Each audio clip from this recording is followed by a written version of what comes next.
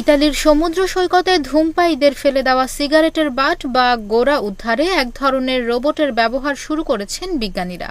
ইতালীয় institute of টেকনোলজির বিজ্ঞানীরা ওই বিশেষ ধরনের রোবট তৈরি করে পরিবেশ দূষণ রোধে উদ্যোগী হয়েছেন।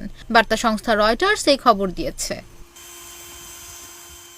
ভেরো বা ভ্যাকুয়াম ক্লিনার ইকুইপড রোবট হল কুকুর আকৃতির একটি রোবট।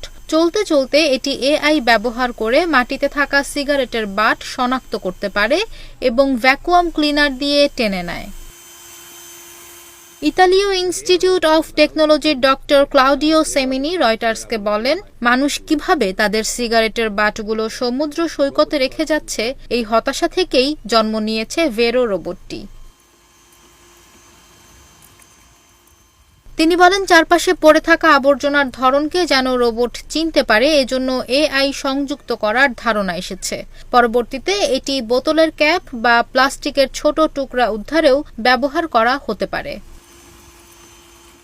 ভেরো ক্যামেরা সিস্টেম এবং অ্যালগোরিদম ব্যবহার করে তার লক্ষ্যগুলো শনাক্ত করে থাকে। এটি সফলভাবে বিভিন্ন পরিবেশে প্রায় 90% সিগারেটের বাট সংগ্রহ করতে সক্ষম হয়েছে।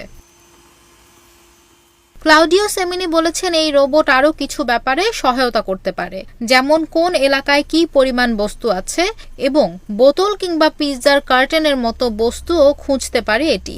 যেহেতু এই রোবট এখনও ছোট বস্তু উদ্ধার করতে সক্ষম, সেহেতু এমনও হতে পারে যে এই রোবট এগুলো শনাক্ত করলো কিন্তু উদ্ধার করলো মানুষ বা বড় কোনো রোবট।